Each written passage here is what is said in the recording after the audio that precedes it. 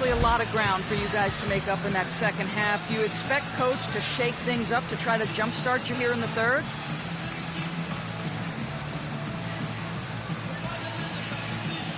I wouldn't be surprised if he did.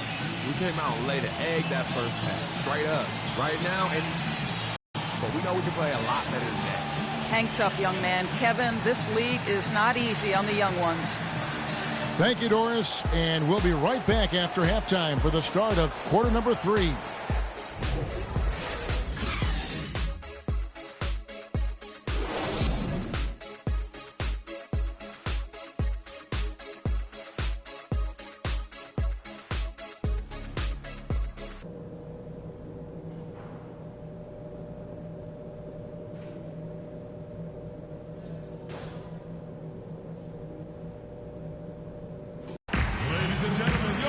Welcome back, everybody. Third quarter just about to get going here in what has been so far a runaway game.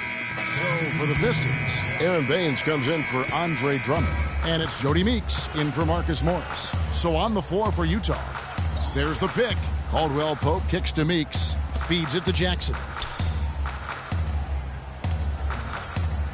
You know, another point of contention between every NBA fan is whether or not the age restriction is a good thing. Some want it increased, others want it gone altogether. You know, for me, it's a matter of whether or not you as a team feel that that player can make an impact on your roster. Anthony Tolliver. He's checked in for the Pistons. Johnson comes in for Kentavious Caldwell-Pope. And now the fast break. Meeks with the ball. And taking a quick look here, guys, at the hustle stats for Detroit. We've seen them make the extra effort from a defensive standpoint, closing out airspace and sending shots back. They've repeatedly gotten out on the break tonight as well and scored a lot of baskets in transition. Spencer Dinwiddie's checked in for the Pistons. Gobert the screen. Dishes it to Ingles. Gets the three-pointer to fall. You can't afford to get him that kind of a look. Well, you know, he came off a good screen, but still, as a defender, you've got to do a better job of fighting over and through that. Kicks it to Johnson.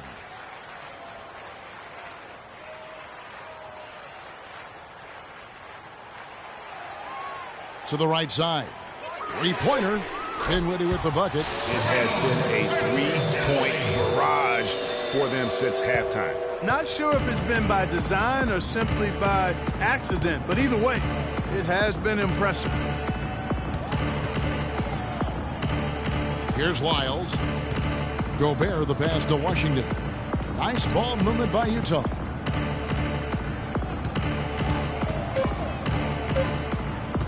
Nato.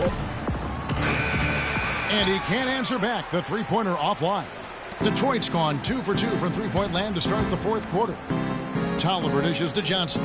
He feeds it to Baines. And he was fouled in the act of shooting. Chance here now for a three-point play. What a big-time mismatch it's been in the post. Where's the defensive adjustment? They're getting housed down there.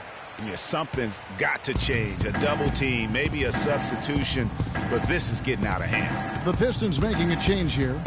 Blake's checked in. And the dunk to finish it off. A beauty. I love the ball movement there. He put that on a silver platter. Just served him up. Pistons shooting at 52% from the field. They're clicking. Dinwiddie kicks to Blake. And, you know, for so long, the NBA has had 12-minute quarters. In last year's preseason, they began experimenting with the 10-minute quarters. Players seem to like it, but it would be a huge change philosophically in terms of how the game is played. And that bucket adds to what has been a big difference in points in the paint between the two teams. Yeah, it's really been quite a contrast. I like the way they're attacking them. Can't hit from in close. Jazz have gone 6 of 13, so just above 46% on their field goal attempts here in the quarter. And Clark, with the 10-minute quarters, the players felt like they were fresher during the game. Still, removing 8 minutes from an NBA game does have huge consequences. Well, we must remember it's being experimented with right now, so keep that in mind. They also talked about shortening the preseason and doing other things to keep players fresher during the year. I like the thought process. 2 shots. Utah was so tough near the end of last season, Greg. They weren't going to make the playoffs, but they did give other teams some trouble. That's a great point. And how about going 19-10 after the All-Star break? Another team that would have been in the playoffs if they were in the East. And, you know, for the Jazz, you mentioned their post-All-Star break surge. I mean, that 19-10 record they had after the break was good enough for 6th best in the league. Johnson in the corner. Here's Dinwiddie. He's guarded by Washington. Shot clock at 5. Here's Blake. Nails it from the high post. And really, the Jazz were a team nobody wanted to play after the break. They were over 500 against the rest of the West and had some big wins over playoff teams in the process. Pass to Washington. Well, the game's getting bigger, going international. But at least in the U.S., it really seems the game is going indoors. Back in the day, the legends of the game still played on the blacktop. That's becoming a thing of the past. And 2 free throws coming up as he misses that one. Drawing the whistle and a lot of contact there. It's going to be on Freak. And speaking, Clark, of playground basketball, why do you think that is that players are going indoors? Well, I think one reason is playing on hardwood is nicer. It's easier on your joints and safer overall. The game has changed and it's big business now, but there are still plenty of weekend warriors who get their hoop on outside. The Jazz making a switch here. Favors is checked in. Nato, guarded by Blake.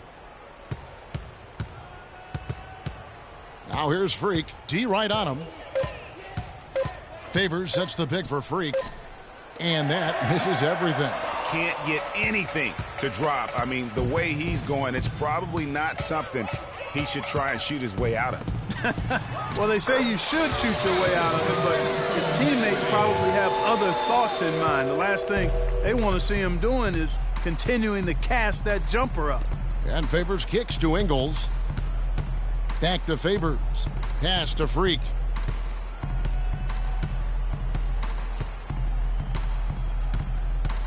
He dishes it to Ingles. Out to the wing. The Jazz need to get off a shot here. Another miss by Utah. Detroit's gone 2 for 2 from three-point land to start the 4th quarter. Out to the right wing. Dinwiddie kicks to Baines. And it's going to be 2 free throws. Drew contact on the shot.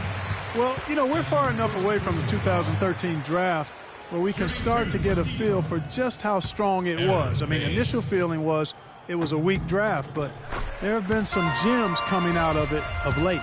And for the 2013 draft class, not sure if there are going to be a lot of all-stars from that class, but there are quite a bit of rotational players that are effective. And Kevin, listen, there's still a chance to see a couple of all-stars emerge from the class, as there are some elite talents that just need time to grow. And overall, there weren't too many complete misses. Almost every lottery pick is a rotation player at this point. Blake kicks to Tolliver. Pass to Dinwiddie. And the officials whistle a foul on the shot. The bucket's good. He'll go to the line. And one team is just completely outclassing the other tonight. Spirited performance, and it really ignited what is turning out to be a monster win here for the Pistons. Agreed, Steve, and as one-sided as it gets today. You know, Clark, there were some dominant moments in about every facet of this game for that team. You're right, Kevin. It's hard to think of anything that didn't go right for them. I mean, game planning by the coaches, execution by the players, everything was spot on. And so with this, they'll end up with their 2nd win on the year. And it always feels good to get that first win in the season series. Going head-to-head twice this year, this will put them up 1-0 so far against the Jazz. And while it's a team game, you can't win without guys showing up. And that was the case tonight for Drummond. He did all the dirty work that they needed, clearing out space underneath and securing rebounds. The dish to Freak. Poked away. It's 9 seconds separating the shot clock and game clock. Now Blake. Johnson the screen. Blake kicks to Tolliver. Clock at 6. And here is Blake. Nice fake there to create the shot, but it's... Here's Washington. And so Detroit takes this one, but... The 2K Sports postgame show.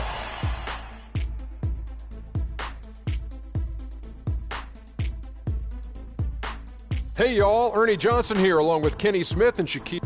Andre Drummond with a strong double-double, points and rebounds. He was a four. And that'll do it for our broadcast tonight. Hope you enjoyed the show. For me...